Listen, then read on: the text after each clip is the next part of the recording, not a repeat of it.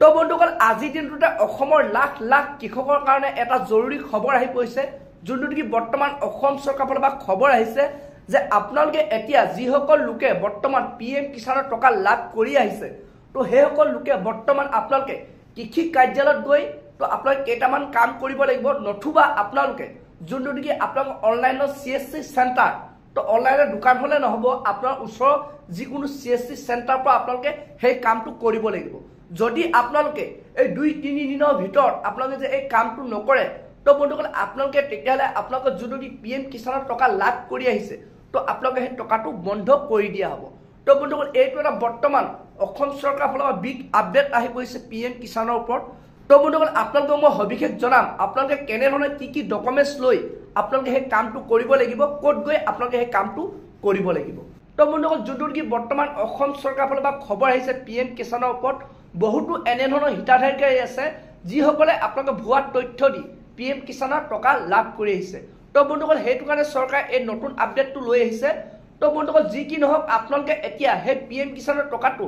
লাভ কৰি থাকিব হলে আপোনালোকে বৰ্তমান কি কৰিব লাগিব তো কেনে ধৰণে আপোনালোকে KYC কৰিব পাৰিব আপোনালোকৰ মাটি যোনটো কি ৰেকৰ্ড অৰ্থাৎ আপোনালোকৰ যোনটো মাটি জামানবন্দী কপিটো লাগিব লগতে আপোনালোকৰ আধাৰ কাৰ্ডটো লৈ আপোনালোকৰ ওচৰত যোনটো কি কৃষি কাৰ্যালয় তো আপোনালোকে গৈ সেই ডকুমেন্টছখিনি আপোনালোকে ভেৰিফাই কৰিব লাগিব নতুবা আপোনালোকে ওচৰৰ আপোনাৰ যিকোনো CSC চেণ্টাৰ গৈ আপোনালোকে সেই কামখিনি কৰিব লাগিব আৰু বন্ধুসকল আপোনালোকক মই এতিয়া জনাই আছো আপোনাৰ যদি নিজৰ নামত মাটি নাই তো তেতিয়ালে বন্ধুসকল আপোনালোকৰ গাঁওবুঢ়া এখন সাৰ্টিফিকেট প্ৰয়োজন হ'ব অৰ্থাৎ আপোনালোকৰ নিজৰ নামত মাটি থাকিলে তো আপোনালোকৰ কোনো গাঁওবুঢ়া সাৰ্টিফিকেট প্ৰয়োজন নাই আপোনাৰ সেই মাটিৰ ৰেকৰ্ডটো আৰু আপোনাৰ আধাৰ কাৰ্ডটো লৈ গলে আপোনালোকে সেই কামখিনি কৰিব পাৰিব আৰু যাৰ নামত বৰ্তমান মাটি নাই তো তেওঁ আপোনালোকৰ গাঁওবুঢ়া সাৰ্টিফিকেটখন প্ৰয়োজন হ'ব অৰ্থাৎ তেওঁ গাঁওবুঢ়া সাৰ্টিফিকেটখন আৰু জামানবন্দী কপিটো লাগিব তো আৰু লগতে আপোনাৰ তেওঁ আধাৰ কাৰ্ডটো লাগিব তো বন্ধুসকল আপোনালোকে অতি সোনকালে গৈ আপোনালোকে এই কামকেইটা কৰি লওক বৰ্তমান ইয়াৰ KYC আপডেট চলি আছে তো আপোনালোকে দেৰি নকৰিব তো আজিয়ে যাওক আপোনালোকে যিকোনো কৃষি কাৰ্যালয় বা আপোনালোকে CSC চেণ্টাৰত আপোনালোকে এই কামখিনি কৰিব পাৰিব তো বন্ধুসকল এইটোৱে বৰ্তমান অসম চৰকাৰৰ ফালৰ পৰা পিএম কিষাণৰ ওপৰত জৰুৰী ঘোষণা কৰা হৈছে